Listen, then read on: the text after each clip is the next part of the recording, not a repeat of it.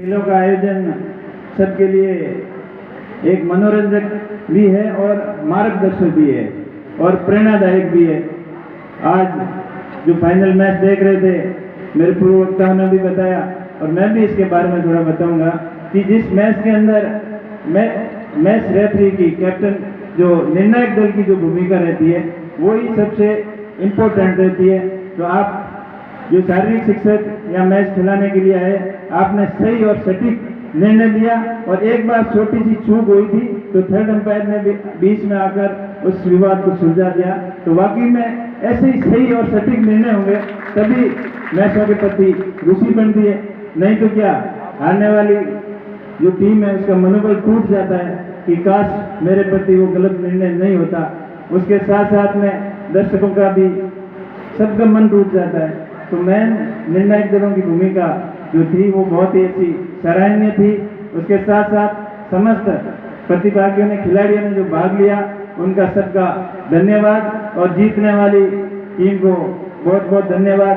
और जो पीछे रहेगी वो अगली बार अच्छा प्रदर्शन करे। और मैंने देखा कि इस टूर्नामेंट के अंदर अपने राजस्थान के ही थे, बाहर के तो नहीं कह सकते, लेकिन जो जयपुर और गंगानगर हनुमानगढ़ से खिलाड़ी आए, अच्छे खेल का परिचय दिया। तो अपन स्थानीय खिलाड़ियों को भी उनसे देखकर प्रेरणा लेनी चाहिए और अगली बार जब भी टूर्नामेंट हो तो उस टीम के सामने मुकाबला करने के लिए अपनी स्थानीय टीम सभी गांव के खिलाड़ी इकट्ठे होकर उनके मुकाबला के लिए तैयार रहें ताकि ये मुकाबला रोचक रहे, सबके लिए प्रेरणादायक रहे। और खेलों के प्रति भी और शिक्षा के प्रति भी अपने बाड़मेर जिले ने बहुत अच्छी प्रोग्रेस की है और निश्चित तौर पर इसी तरीके से अपना जिला शिक्षा के क्षेत्र में हो, चाहे खेल के क्षेत्र में हो, चाहे व्यापार के क्षेत्र में हो और भी किसी भी क्षेत्र के अंदर जिस तरीके से प्रगति कर रहा है वो काबिल तारीफ है। और वैसे एसडीएम साहब दुदाराम जी ने कहा कि जो 2001 से 20 तक प्रोग्रेस की अब ब्रेक लग गया। तो ब्रेक तो हो सकता है थोड़ा कोरोना से प्रभावित हो गए होंगे या कोई और भी परिस्थितियां रही होगी, लेकिन हम सब मिलकर एक आशावान बने और इस प्रयत्न को निरंतर जारी रखें। आप लोगों से प्रेरणा लेकर जो नए बच्चे चयनित हुए, अभी दाराराम जी बता रहे थे कि इनमें से काफी आपके स्टूडेंट रहे, काफी हो सकता है दुदाराम जी के स्टूडेंट रहे होंगे। तो आप लोग अफसर चयनित हुए तो आपसे इन्होंने भी प्रेरणा ली है कि हमारे गुरु जी जो शिक्षक थे और वो ऑफिसर बन गए तो हमें क्यों नहीं प्रयास करना चाहिए। तो निश्चित तौर पर आपसे प्रेरणा लेकर समाज के युवा आगे बढ़ेंगे। और कुछ आईपीएस भी आज लिस्ट में नाम थे, वो हो सकता है आईएएस और आईपीएस जो अपनी व्यवस्था के कारण नहीं आ पाए। मैं तो उनसे भी अपील करूंगा कि ऐसे समाज के जो कार्यक्रम हैं उसमें जरूर टाइम निकाल के आए ताकि युवाओं को मोटिवेशन मिल सके और आपसे प्रेरणा लेकर वो अत्यधिक प्रयत्न कर सकें। जैसे दुदाराम जी बता रहे थे कि आप बड़ी सोच के तैयारी करोगे तो छोटे एग्जाम अपने आप निकल जाते हैं।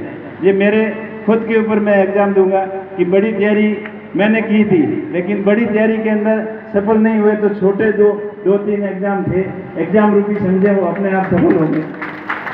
और जवाहराम जी ने कहा कि आप हताश नहीं हुए, अपनी असफलता का दोष किसी दूसरे पर न गढ़ें। तो ये भी मेरे ऊपर भी लागू होता है।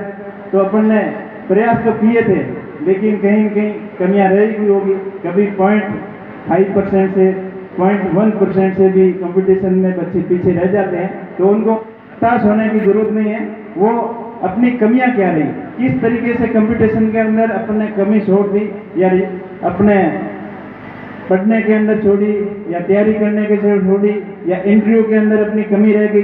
तो ऐसी कमियों को ढूंढ के उनके ऊपर मंथन करें, चिंतन करें ताकि दोबारा अपने को असफलता के रास्ते से उनको ऑटोमेटिक हट जाए।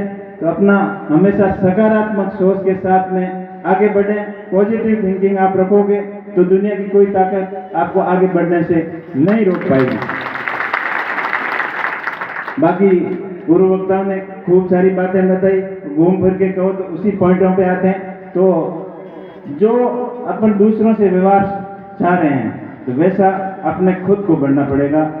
जो उपदेश देते हैं ये करना चाहिए वो करना चाहिए, उसकी शुरुआत अपने घर से करनी चाहिए, अपने गांव से करनी चाहिए। जिस तरीके से अपन सामाजिक प्रोग्राम हो या धार्मिक प्रोग्राम हो बढ़ चढ़ कर अपना नाम ऊंचा करने के लिए अपन खर्चे करते हैं, उसी तरीके से सहमति अनुसार वो भी करो।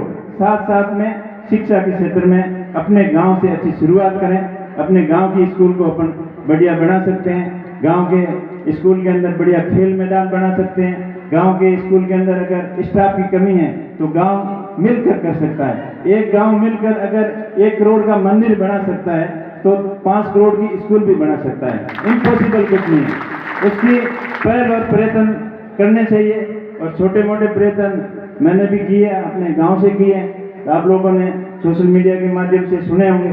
तो आप सभी से मैं तो यही अपील करूंगा कि अपने सामर्थ्य अनुसार शिक्षा के क्षेत्र में ज़्यादा से ज़्यादा सहयोग करें, और जो विद्यार्थी जिस विद्यालय के अंदर पढ़ के जाता है और उस आगे चाहे बिजनेस के अंदर सफलता मिलती हो, चाहे सर्विस के अंदर सफलता मिलती हो, चाहे किसी अन्य सेक्टर के अंदर सफलता मिलती है, तो जहाँ भी सफलता मिलती है उसकी एक तनख्वाह या 1 महीने की कमाई अगर स्कूल के अंदर खर्च कर दे तो भी स्कूलों के अंदर बहुत सारी कमियों को दूर किया जा सकता है। जिस प्रकार मेलों के अंदर, बार त्योहार के अंदर और सामाजिक प्रोग्रामों के अंदर अपन सहयोग भी करते हैं, उसी तरीके से अगर 26 जनवरी और 15 अगस्त के 2 पर्व आते हैं तो उनको जब स्कूल में मनाने जाते भी हैं तो वहाँ जो अपन आर्थिक सहयोग करते हैं ना, तो पहले तो शुरुआत होती थी 5 रुपए की, 10 रुपए की, अभी कई हिम्मत करते हैं 100 रुपए, और कई जो ज़्यादा बिजनेसमैन है या नौकरी वाले हैं वो 500 तक की हिम्मत करते हैं। तो मेरे हिसाब से अगर उन 2 दिनों के अंदर अपन 1 दिन की कमाई,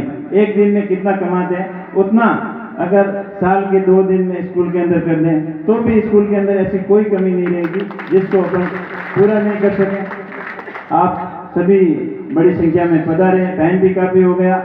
अभी IPS साहब सोई सिंह जी भी अपने को अच्छी बातें बताएंगे। अपने को पॉजिटिव थिंकिंग के साथ में, बड़ी सोच के साथ में आगे बढ़ना है, और समाज किस दिशा के अंदर जा रहा है, क्या क्या कुरीतियाँ फैल रही है, तो जवाबदार लोगों को, जिम्मेदार लोगों को उसके प्रति चिंतन करने की जरूरत है।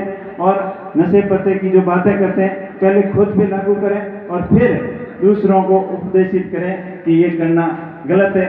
और नशे कई प्रकार के होते हैं, अब बीड़ी, जर्दा, तंबाकू, सब ये तो नशे होते ही होते हैं। अब हम भी कभी कभी नशे में लग जाते हैं। अब राजनीति का भी ये भी एक नशा है, तो उसके अंदर भी अगर सफलता कहीं मिलती दिखती है तब तो प्रयत्न करना चाहिए, और उनसे कोसों दूर है तो वैसे नशे में भी नहीं पड़ना चाहिए।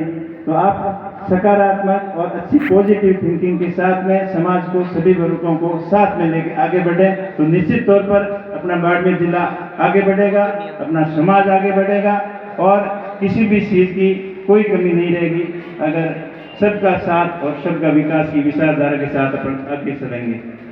बोले भारत माता की, वंदे। आपने बुलाया, मान सम्मान दिया, आप सभी का बहुत बहुत आभार, बहुत बहुत धन्यवाद।